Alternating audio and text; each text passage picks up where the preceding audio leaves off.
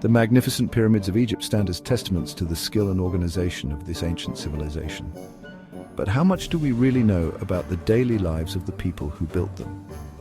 Buried within their skeletal remains lies a hidden record of their activities etched into their very bones.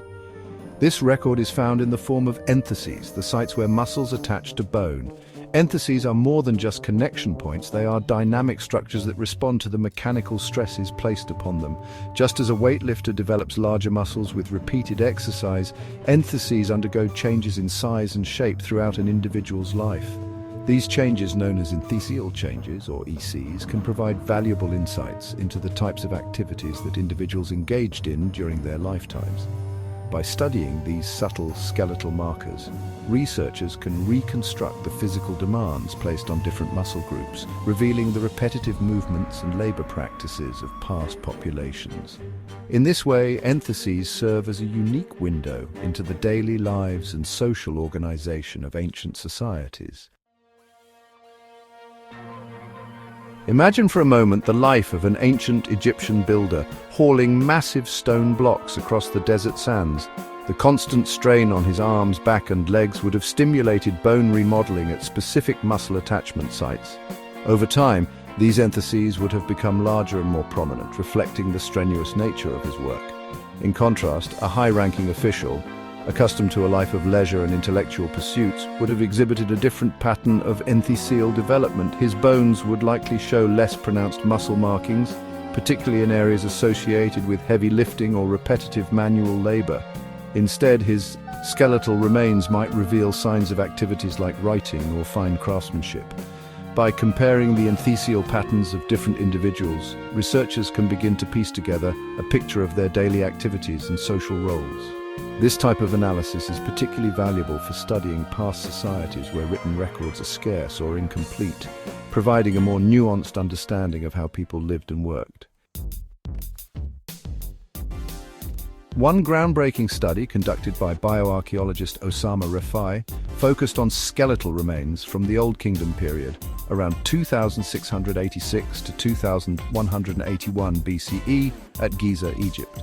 Refai's research sought to uncover the occupational markers embedded within the bones of individuals buried in two distinct cemeteries, a workers' cemetery and a high officials' cemetery. By comparing the enthesial changes between these two groups, Refai aimed to identify skeletal indicators of occupational stress and social differentiation. The Giza Plateau, home to the iconic pyramids and the Great Sphinx, offers a unique archaeological context for studying the relationship between social status and activity patterns in ancient Egypt. The construction of these monumental structures required a massive labor force, organized into a complex hierarchy of workers, overseers, and officials. Refai's study focused on a sample of adult male skeletons carefully selected to represent a range of ages and potential occupations.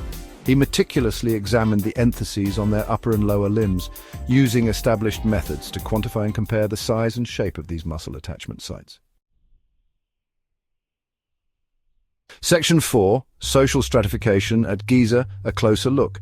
To differentiate between social classes, Refai relied on the burial context of the individuals. The workers' cemetery, located closer to the pyramids, contained simple burials with few grave goods. In contrast, the high official cemetery, situated further away, featured elaborate tombs filled with valuable offerings, indicating higher social status.